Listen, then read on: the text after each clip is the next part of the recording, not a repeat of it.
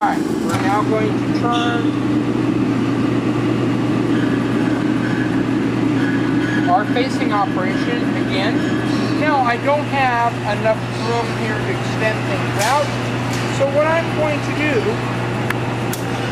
is now, making sure my surface is clean, I'm going to put my indicator on the back side of my part, run it up so I have, bring my tool up to the point where I touch, set 0. I'm going now backwards 20 thousandths, and I'm going to go across. Use 2 hands, alright, for facing and for turning. It's not because you hold on to the machine for dear life. It allows you to smoothly traverse the machine. If you use 2 hands and you start coming in here, one hand is coming to help out the second hand, having a nice, smooth, even cut straight across. You're always cutting from outside to center with a left-handed tool bit. Okay, so that is how we utilize our left-hand tool bit to face. Okay, that's 2 of our tool bits, and that's all in one tool. Our 2 tools are all in one tool bit. Right hand, left hand. Our next tool is a little more tricky to set up. It is called a boring bar. Alright, our boring bar is essentially a right-handed tool for internal work. This is how you get a hole bigger. Our right-hand tool will make your parts smaller. In all cases, machining is subtractive. You're starting with more material and reducing it down to what you want. Okay. Because we have a round shank tool, this gets a little trickier to set. But everybody can pretty much get it.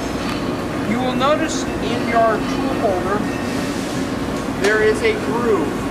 Okay? That groove is meant for holding round tools. At the bottom, yeah. The tool will rest in that deep groove, allowing it a position to, so you're going to have to open up the screws in here, and you're just going to let your tool bit sit in that groove. Okay, now because this thing is round, it allows your tool bit to spin 360 degrees. But you will notice on the thing, you will have a flat top to your boring bar, okay? You want to get that flat top basically level with the roll, okay? So you're going to just simply put it in here and get it straight across the top.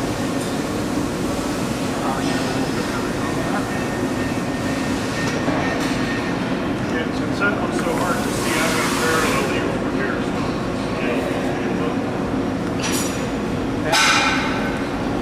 The idea is once you get it straight across the top, you lock it down with your set screws, bring our tailstock up, lock it down with the carriage and cross slide. You will bring it around,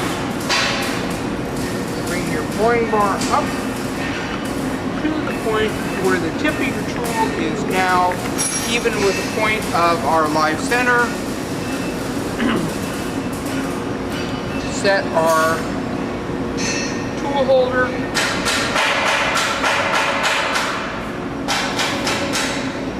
Now comes the tricky part. You're going to untake this out of here, and you're going to put the tool on the front side of your holder.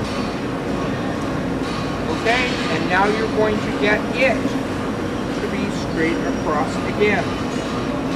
At which point you now gotten it close enough that you will be able to use your dial here for getting an accurate measurement.